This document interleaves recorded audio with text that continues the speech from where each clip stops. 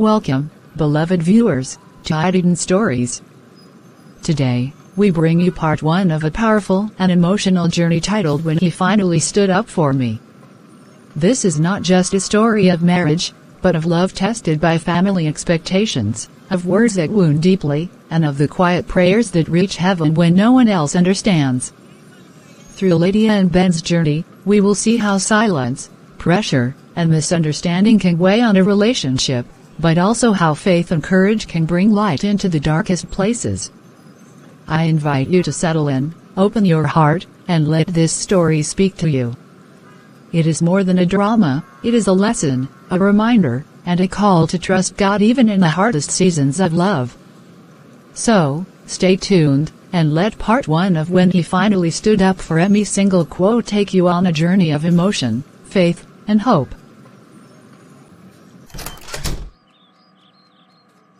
Morning, love. I made your favorite omelet with tomatoes, peppers, and just the right pinch of spice. You know, the way you say wakes up the soul.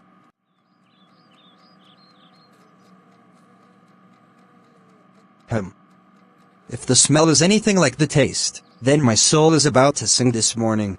That's the plan. Sit, eat before it gets cold. I will, but I can't stay too long today. I've got that meeting with the regional manager at 9 sharp. And, I should call Mom before I get to the office. She mentioned something about needing to discuss family matters. You know, family matters from your mom often means she's either inviting us over without asking first, or she's about to tell me what I should or shouldn't be doing. Lydia. She means well. You know Mom. She's just direct. Direct. Ben, last week she told me that the curtains I picked looked like a tired tablecloth from the 80s. And she said it while sipping tea in our living room. Yeah. She has a unique way with words. But hey, if it's any consolation, she once told me that my haircut made me look like a misplaced schoolboy. You brush that off, Ben. But it's different for me. I'm the in-law here. Words stick differently when they come from someone who still sees you as an outsider. I know, Lydia. And I'm sorry if I haven't always stepped in like I should. It's just, she's my mom. I keep hoping one day she'll simply warm up. Hoping is good, but boundaries are better. All right, love, I'll call her from the car on my way to work. I promise. And I'll try to guide the conversation. Just don't guide it so much that you end up avoiding the real issues. Point taken. Wish me luck. Always. Mom. What a surprise. Please, come in. Yes, well, I was in the neighborhood and thought I should stop by. You know, it's important for me to make sure my son's home is being properly cared for. Of course. You're always welcome. I was just in the kitchen preparing something simple for lunch. Would you like to join me? Lunch? At this time? My dear, in my days, wives should have already planned and executed meals before noon. But, let's see what you've managed. Here we are. I made rice and stew with some grilled chicken. I tried a new recipe with a little twist of spice. I hope you will enjoy it. It looks colorful. Let's see.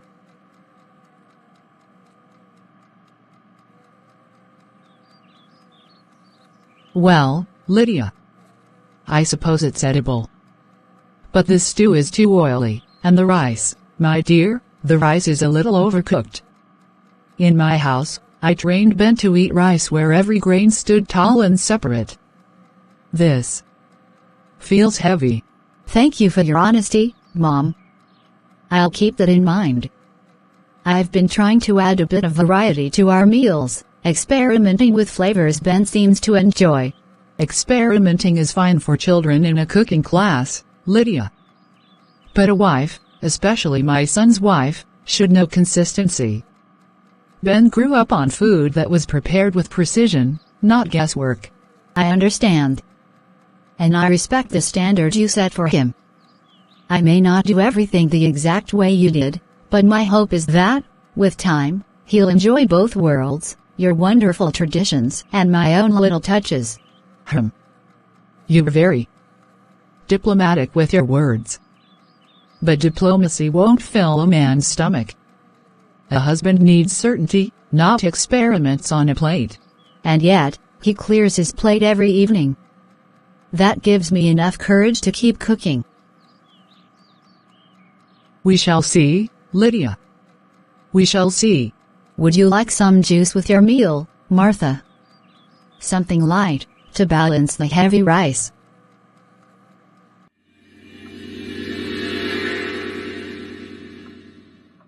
Finally. Home. I cannot even describe how long today felt, Lydia. It's as though every single meeting was designed to test how long a man can sit still before losing his mind. And then, on top of it, the manager spent 20 minutes talking about charts and graphs that none of us cared about. But all that's behind me now. Being here with you is the part of the day I look forward to the most. I'm glad you're back. You do look worn out, Ben. But I'm not sure you'll find this evening as peaceful as you hoped. Peaceful? Just being in this room with you is peace enough for me. What could possibly take that away? Your mom came by today. She walked right in, as though it were her own home. I welcomed her, tried to make her comfortable, even served her lunch. But the moment she tasted my food, she began to pick at it. She said the rice was overcooked, the stew too oily, and that experimenting in the kitchen was careless. She made me feel as though my efforts weren't worthy, as if I was failing at the very thing I was trying to offer with love. Oh, Lydia. You're taking her too seriously. That's just her. She's been like that my entire life. When she says things like that, it isn't to hurt you. It's simply the way she expresses herself. I promise you, half the time she doesn't even realize she's being harsh. But Ben, it does hurt. You can laugh because you've known her tone all your life. You've learned to brush it off as if it's nothing, because at the end of the day, you're her son, and nothing she says can change that. But for me, every word carries weight. I'm not her child. I'm her daughter-in-law. Every comment feels like a test that I'm bound to fail, a reminder that in her eyes I might never truly be enough for her son. Do you see the difference? Trust me, love, she does it to everyone. She once told me that my handwriting looked like a chicken walking across spilled ink, and that no serious man would ever succeed with such careless writing. I laughed then, and I laugh now. That's just her way of talking. If I let every comment weigh me down, I would have carried a burden my entire life. But that's exactly the problem, Ben. You're able to laugh because no matter what she says, you are secure in your place in her life. You can shrug it off, knowing you'll always be her son, her pride, her responsibility. I don't have that privilege. When she criticizes me, it doesn't feel like harmless teasing. It feels like rejection. It feels like being measured against a standard I wasn't even part of creating, and being told I don't measure up. Lydia, you're overthinking this. My mom is set in her ways. She compares everything and everyone to how she did it in her time, and nobody ever meets those expectations, not even me. So please don't let her words get under your skin. They don't mean what you think they mean. She's just being herself. But Ben, that's exactly what I need you to understand. When you dismiss it as just being herself, you're asking me to carry the sting of her words quietly, as though they shouldn't matter. But they do matter. Because they leave me feeling like an outsider in this family, like I'm always on trial. And when you laugh them off, it feels like you're laughing off me, my feelings, my hurt, my need for you to stand with me. I didn't mean to make you feel small, Lydia. Laughing is how I've survived her sharp words for years. It's my shield. But maybe you're right. Maybe it isn't enough for me to laugh them off anymore, not when they're cutting into you. I should have been more attentive, more protective. I don't want you to feel like you are standing alone in this. All I want is for you to see me. To see what I'm carrying, and not dismiss it as nothing. I can endure a lot, Ben, but not silence from the one person I need to stand beside me. Well, I must say, Lydia, you've done well helping with the dinner preparations. The chicken turned out decent enough. Of course, when I used to roast chicken, the skin came out crisp every time, never too soft, never too dry. But still, this is acceptable. Thank you, Mom. I'm glad you find it acceptable. I tried a new method, marinating it overnight so the flavors seep in deeply. Ben seemed to enjoy it, and that's usually my measure of success. More than enjoy it. That was good, Lydia. Very good. You'll have me spoiled if you keep cooking like this. Food is good, yes. But you know, in a marriage, it's not just about meals on the table. A home should be full of life, of laughter, of children running about. That is what keeps a man truly anchored in his household. Don't you agree, Ben? Well, yes, children bring joy. But Mom, you know, things happen in their time. It's been, what now, 2 years since the wedding? In my day, by the 2nd year, there was already a little one crawling at our feet. A husband needs a legacy. A family name needs to continue. You wouldn't want to keep him waiting too long, would you, Lydia? Mom, I understand the importance of children. I truly do. I grew up in a house filled with siblings, with noise and joy and the kind of mess only little ones can make. I desire that as much as you do. But I also believe that children come as a gift, not as a demand. Ben and I are building our home, strengthening our foundation. When the time is right, and God blesses us, the laughter of children will fill these walls. Until then, I pour my love into every corner of this home and into Ben himself. That is also a kind of legacy, one built with patience, not pressure. Patience is good, but patience does not carry on the Graham name. People will start asking questions, Lydia. They always do. And questions can turn into whispers, and whispers can become judgments. Do you really want that kind of shadow hanging over you both? Whispers will always come, Mom. If it isn't about children, it will be about something else, the way I cook, the way I keep the house, the way I live. But whispers do not define us. Ben and I define us. And we are not in competition with anyone else's timeline. Mom, enough. I know you mean well, but Lydia's right. We are on our own journey. The two of us trust God's timing, and we're not going to let pressure from outside, or even from you, push us into worry. I only speak because I care. A mother sees what her son needs, and I will always want the best for him. And that is why I will never take your words lightly. I know they come from love, even if they carry weight. But please trust that I, too, want the best for your son. I may not be perfect in your eyes, but my devotion to him is unwavering. And when the time comes, you will see grandchildren running in this house, and you will hold them and know they came not because we bowed to pressure, but because God's gift arrived at the right moment. You know, Ben, sometimes I can't help but wonder.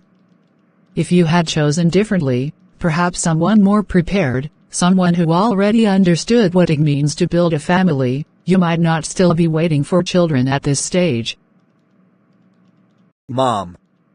That's not fair. Lydia is prepared. She's been nothing but loving and supportive since the day we got married. Support is good, yes. Love is necessary, yes. but love and support don't carry a name forward. In our culture, a woman shows her readiness not just with affection but by bringing forth life.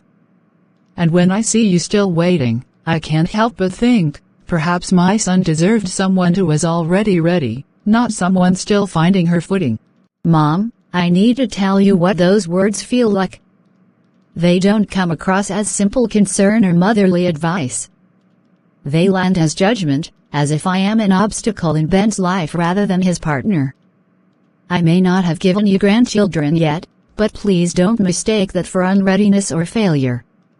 Readiness isn't measured only by the presence of children.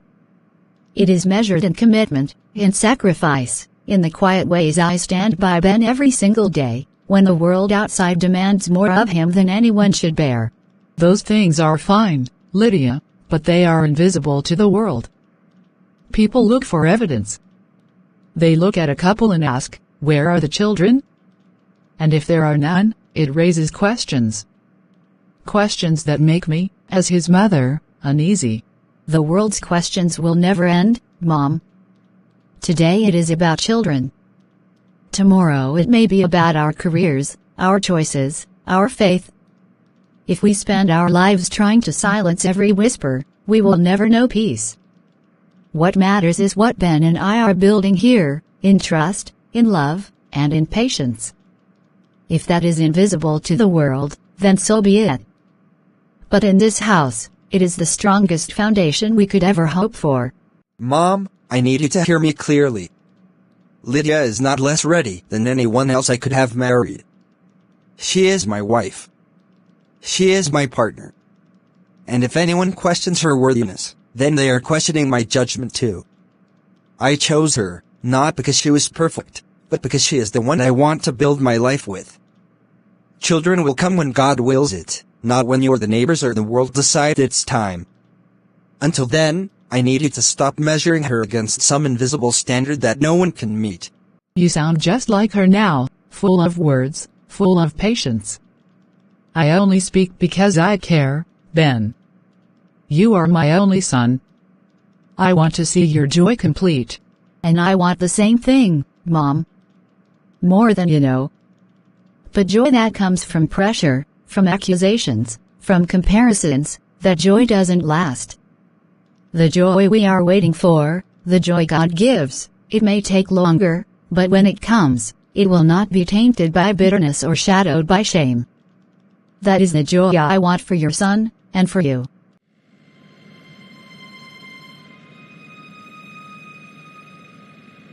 Well, that was quite a dinner, wasn't it? Your cooking might just be in danger of being replaced by Mom's endless stories about her garden and her so-called miracle stew. I swear she believes that stew could cure the common cold and probably world hunger if given the chance. Come on, Lydia. Say something. I know my family can be intense. Sometimes they don't realize how sharp their words can sound, but honestly, they don't mean any real harm. Mom just has her ways of poking at things. It's her version of conversation, I guess. Like when she asked about the grandchildren thing. She wasn't trying to embarrass us.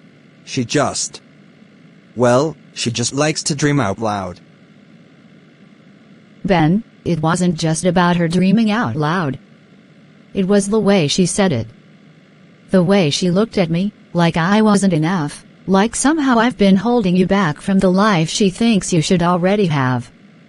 And then when Martha added her words about you marrying someone more ready for family life, it wasn't just a hint, it was a wound wrapped in politeness. Do you understand that, Ben? Every time they make those remarks, it's as if they are measuring me and telling me I fall short. It doesn't matter if they laugh afterward, it still cuts deep. I know, Lydia. I heard it too, and I'm not blind to how sharp Martha can be when she decides to let her opinions fly. But I also know she doesn't really mean it the way you think she does. That's just her style, blunt, unfiltered, sometimes careless. She's been that way with me my whole life.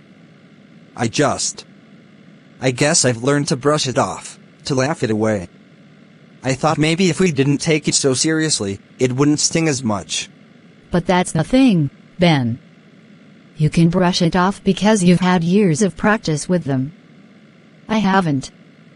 I'm the new one, the outsider, the one constantly under a silent test I never signed up for. And when you laugh, it makes me feel like my hurt isn't valid, like maybe I'm being too sensitive or imagining things. Do you know how lonely it feels to sit at that table and hear all those words and then see the person I love most in this world smiling as if nothing happened? Lydia. I never meant to make you feel invisible. If I laughed, it wasn't at you, it was just my way of trying to smooth over the tension. I thought that if I acted like it wasn't a big deal, it would protect you from feeling the sting so deeply. But maybe I was wrong. Maybe I should have spoken up right then and there, and told them to stop. I didn't realize it left you carrying all that weight alone. I don't need you to laugh it away, Ben. I need you to see me. To stand with me. To make it clear that I'm not alone at that table, that I'm not some project for your family to evaluate or critique. Because every time they speak those words, I feel a little piece of myself shrinking, and I wonder if I'll ever be enough for them, or for you. You are enough, Lydia. More than enough. I just need to do a better job at proving that, not only to you, but to everyone else. And I promise. I will. You've been quiet since we got back, Lydia. I tried making little jokes in the car, hoping it might lift the air, but you didn't even look at me. And now, sitting here like this, I can almost feel the weight pressing on you. Please, don't keep it bottled inside. Say it out loud. I'd rather hear your heart, even if it's heavy, than watch you carry it all alone. Ben, I need to tell you something I've been holding in for far too long. I don't feel safe in your family's words.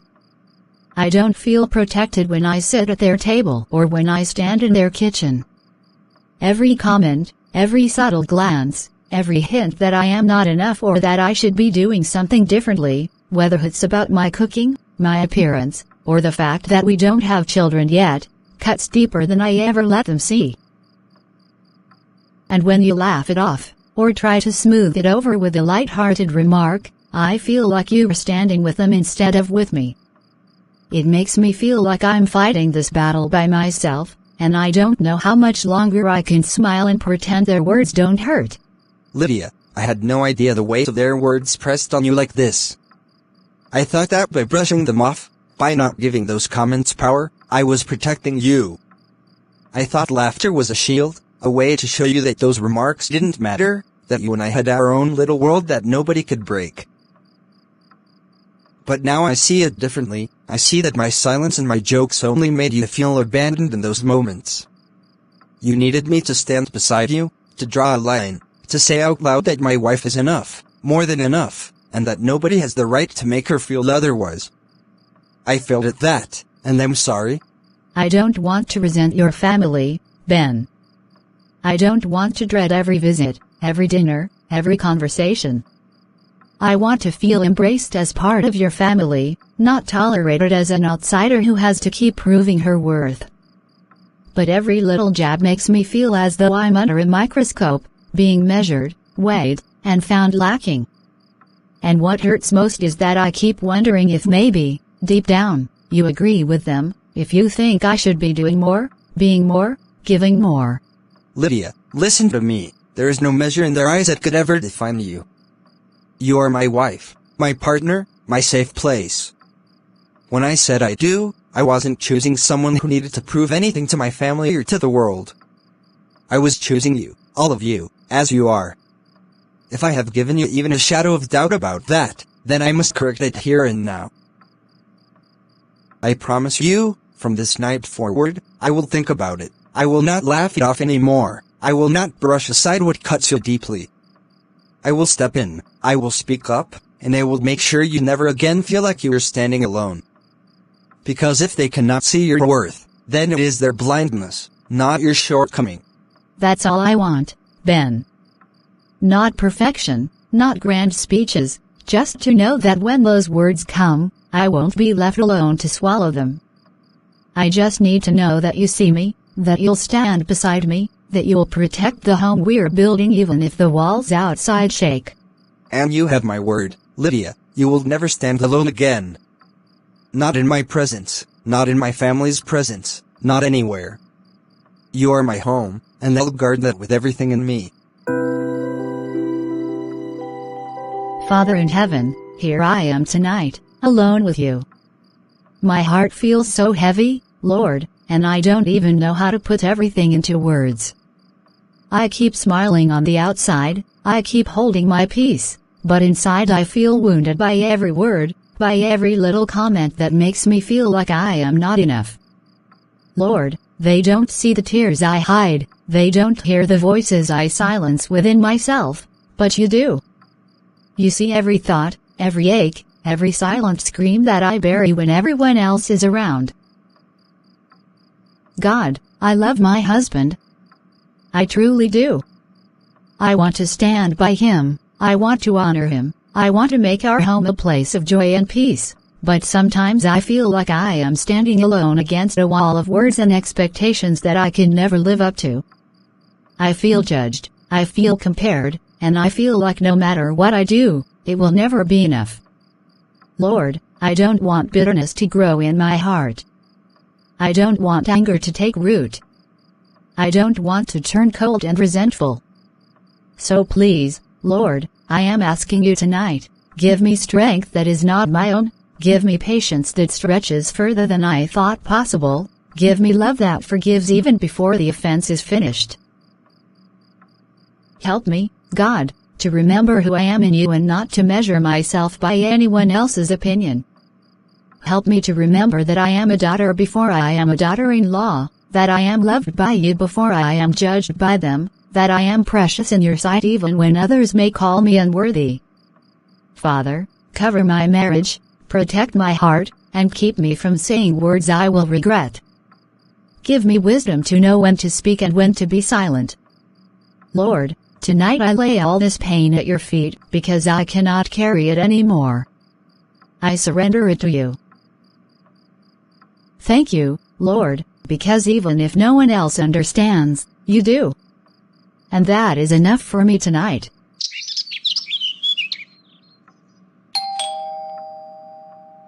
Oh, Mom. What a surprise. I didn't know you were coming by today. Please, come in. Well, I was in the neighborhood, and I thought, why not stop by to see how you're doing? It's always good to check on how things are being managed, you know. A home speaks a lot about the woman who keeps it. Yes, of course. I try my best to keep things in order. Please, have a seat. Can I get you some tea? I was just about to pour a cup for myself. Oh, Lydia, I see you've been cleaning, but look at this, dust. Just a thin layer, yes, but still dust. My dear, this is how small things turn into bigger things. A little negligence here, a little carelessness there, and before you know it, the whole house loses its shine. You know, in my day, we would never allow this kind of oversight. It was the pride of a woman to have every corner spotless, even the ones no one looks at. I do try, Mom. Every day I balance my work, my home, and my strength. Sometimes it feels like I'm pouring out from an empty cup, but I give it all I can. I suppose even in my best effort, there will always be something I miss. And I accept that, because I am not perfect. Well, perfection may be unreachable, but standards are not. You see, a woman who keeps her home in perfect order shows that she is ready for greater responsibilities, like raising children, for example. If dust on the shelf escapes you, what about the bigger things? What about when little ones come along? Will you be able to handle it?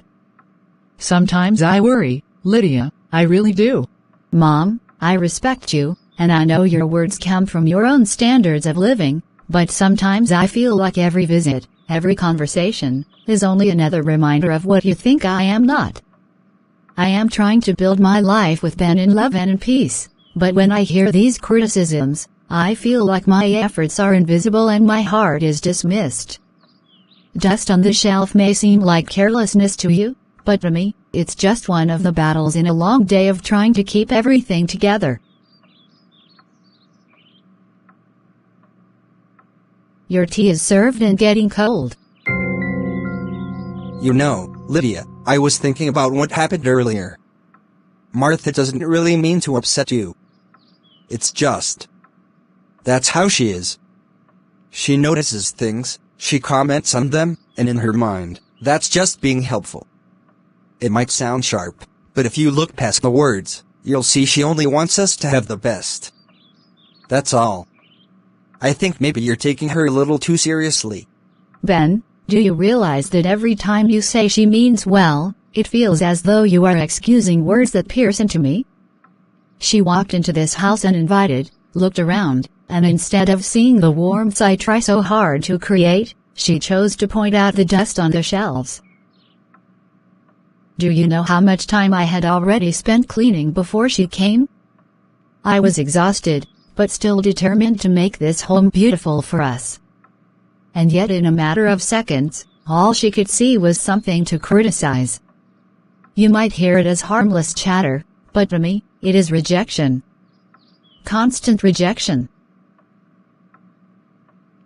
Lydia, my love, please don't carry it so heavily. That's Martha's nature. She criticizes me too, you know. She's been telling me since I was a boy how I could have done better in school, how I should dress differently, how I should plan my life. I learned to just shrug it off. Because at the end of the day, it's not her life. It's ours. And when I laugh about it, I feel lighter. I just don't want you to let her words weigh you down. But Ben, do you see the difference? She raised you, so you are used to her voice, her tone, her way of being critical. For you, it's familiar. But for me, I entered into this family carrying love, hope, and a willingness to belong. Instead of being embraced, I feel like I'm being measured and found lacking every single time. And when you shrug it off, when you laugh it away, it feels like you're not seeing the wound that is slowly deepening inside me. I need more than laughter, Ben. I need you to stand beside me, to acknowledge that the words sting, and to protect this space we call home. I hear you, Lydia. I do. I know it may not sound like it, but I'm not ignoring you. I guess I'm trying to avoid conflict. You know how family dynamics can get. If I correct her sharply, it could cause tension that lasts for weeks. And I don't want to put you through that either. That's why I keep telling you she means well, because in my heart, I want peace. But maybe in chasing peace, I've neglected to see how much you're hurting. Yes, Ben. That's exactly it. Peace without truth is not real peace. It feels like silence that suffocates me. I don't want you to fight with your sister. I only want you to see me, to hear me, and to let me know that you value how I feel in those moments. I want to be more than the woman who cooks, cleans, and smiles politely. I want to be your partner, defended and cherished even in the little things. You are my partner, Lydia. And I never want you to doubt that. Maybe I've been too quick to dismiss things that matter deeply to you. I thought I was keeping things light, but I see now I was making you feel unseen. I can't promise to change Martha overnight, but I can promise to start taking your feelings more seriously. I don't want you to feel alone in this. You are not alone.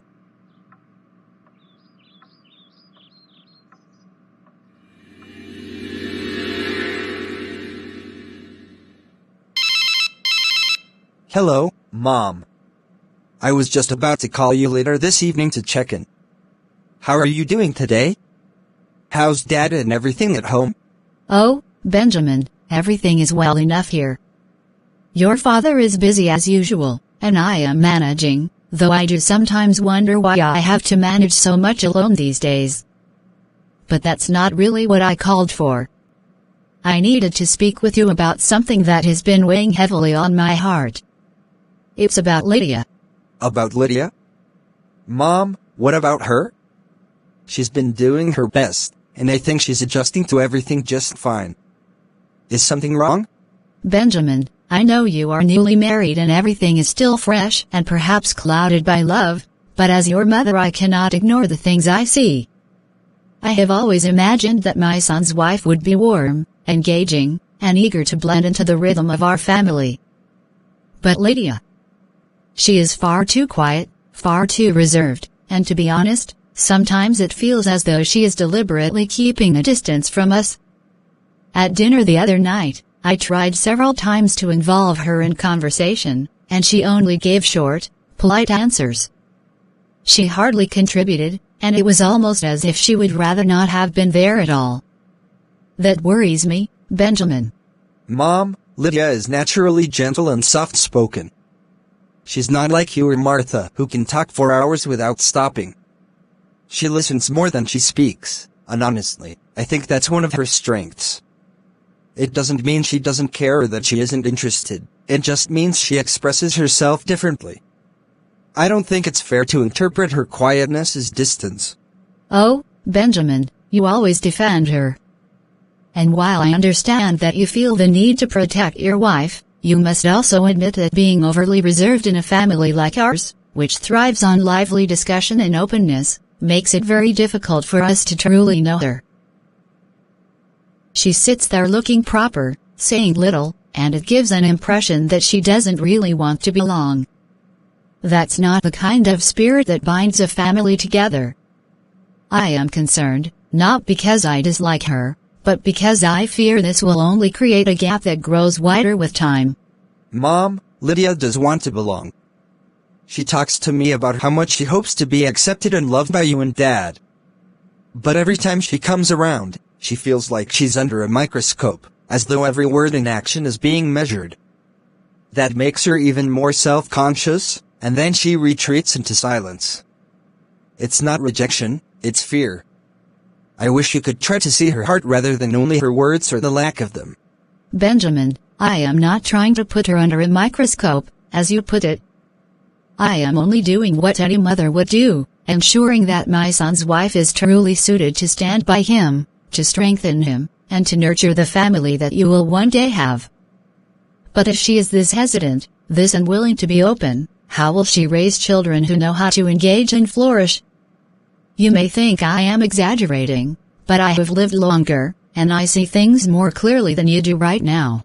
Mom, I know you care about me, and I know your intentions are not bad. But please, I need you to trust me. Lydia is my wife, and I chose her because I believe in her heart, her character, and her faith. She may not meet every expectation you imagined for me, but she is the woman I love, and I am committed to her. Please, try to give her time. Try to see her for who she is rather than who you think she should be. That's all I ask. Well, Benjamin, I will take what you say into consideration. But I must be honest, she will have to show us, not just you, that she truly belongs in this family. Actions speak louder than words, and in her case, silence speaks volumes. I will pray about it, but my concerns remain. Remember, I only want the best for you. I know, Mom. And I appreciate your love. But I'm asking you to also want what's best for us, Lydia and me together. Please, give her space and patience. That's all I'm asking for now. Lydia, you hardly touched your food in church today, and now here we are again, sitting across from each other, and it feels like you're miles away even though you're right in front of me. I keep trying to bridge this distance with small talk or a silly joke, but I can't shake the sense that you're carrying a weight I'm not helping to lift. You've always been a woman of such warmth, always the first to encourage me and make me feel at home, but lately your silence has been louder than any words you could say. And honestly, it unsettles me, because I don't want to believe that my family's opinions or careless words are building a wall between us. Ben, do you know why I stay quiet in these moments? It's not because I don't have words, but because every word I could say feels like it will either sound defensive or like I'm begging for understanding that should already be given. I sit at the table with your family, and while everyone laughs and exchanges stories, I shrink smaller and smaller inside myself because I am already expecting that someone will turn and point out something about me, my food, my silence, my readiness for children, or even the way I arrange the house. So instead of fighting back or letting anger spill out, I choose to stay silent. But that silence, Ben, it is not peace. It is the sound of me retreating deeper into myself because I don't feel safe opening up. I didn't realize how deep this had gone, Lydia. I honestly thought when you sat quietly it was just your way of keeping the peace, or maybe that you were simply tired from the week. I brushed it off, thinking you would be fine after a nap or after we were alone together again. But hearing you say it like this makes me realize I've been blind. You're not just avoiding conflict, you're protecting yourself from wounds that keep getting opened. And if I'm being truthful, I have laughed off things I should have addressed, I have minimized things that were actually hurting you, and I have acted like my silence was neutrality, when really it was carelessness. That's exactly it, Ben. I don't need you to choose sides, but I do need you to see me, to acknowledge that those words are not harmless, that they pierce. I sit there quietly not because I'm weak, but because I've been praying inside, asking God to help me endure without bitterness. But enduring is not the same as thriving. Marriage was supposed to be a covering, a place of safety, a partnership where I could walk boldly beside you, but sometimes I feel as though I am left exposed, left to defend myself in silence while you smile as though nothing happened. And when I hold my tongue at lunch, it's because if I open it, all that pain might spill out in front of everyone, and that would be even more humiliating. Lydia, you should never feel exposed under my name, never feel abandoned when you're supposed to be my other half. If my silence has made you feel unprotected, then I need to face that and change. I need to learn how to speak, how to shield, how to let my family know that honoring you is not optional, it's non-negotiable. Because your silence may keep the peace for a moment, but it's breaking something inside us. And I cannot stand by and watch our bond suffer for the sake of keeping everyone else comfortable. Lord, tonight my heart feels heavy. I love Ben, I see his good heart, I know his intentions are never to hurt me. But Father, I cannot deny the ache that grows inside me every time I sit in silence while others speak words that cut deep. I try to smile, I try to endure, but I feel the tears pressing against my chest even when they never fall. Lord, I don't want bitterness to take root in me. I don't want to harden my heart toward his family, and I don't want to push Ben away with unspoken resentment. I need your help, because my silence is not strength, it is weariness. Lord, give Ben courage to stand with me, not in anger but in love. Give him eyes to see when I am hurting, and a voice strong enough to protect without tearing anyone else down. Teach him how to be my covering, my partner, the man who reflects your heart toward me. And Father, teach me to trust his growth, to be patient with his journey, and not to lash out in frustration when I feel unseen. I don't just want a marriage that survives, I want one that thrives under your grace. Ben, I've been meaning to talk to you privately for a while now. You may think I don't notice, but I do. Ever since you married Lydia, something about you feels different. You don't laugh the way you used to when we gather as a family, you don't sit and banter as freely, and even when I make my little jokes, you suddenly act like you were protecting her feelings rather than remembering where you came from. Ben, she's changing you, and not in a way that feels like the brother I used to know. Martha, listen, it's not that Lydia is changing me for the worse. It's just that marriage naturally brings adjustments. You wouldn't expect me to act exactly the same as when I was single. Lydia is my wife now. She deserves my respect, my attention, and... Respect, attention, yes, I understand. But there is a difference between honoring your wife and losing yourself. You used to be bold, you used to tease freely, you used to stand tall in this family. Now you walk on eggshells whenever Lydia is near, as though you're afraid she might crumble at the sound of truth. That's not the brother I grew up with. That's not the Ben I know. Don't you see what she's doing to you? She's silencing you. She's making you smaller. Martha, you may think you're protecting me, but the truth is, Ben. Come over here, we need you for a moment. This is not the end of their story. Stay with us as we continue in part 2, where the pressures deepen, prayers grow stronger, and choices must finally be made. Will love stand, or will division tear them apart? And so, as Martha's sharp words linger in Ben's ears, and Lydia's prayers rise quietly before God, one question remains unanswered. When will Ben finally take a stand? The silence between husband and wife grows heavier, and the voices of family grow louder. Lydia clings to her faith, but her heart aches for support from the one person she loves most. Will Ben continue to shrug off the pain, or will he find the courage to defend his wife against the pressure closing in on them? This is only the beginning. The test of love and loyalty has just begun. Stay with us for part 2 of When He Finally Stood Up for Me. Single quote, because the moment of truth is coming, and you won't want to miss it. To be continued in part 2.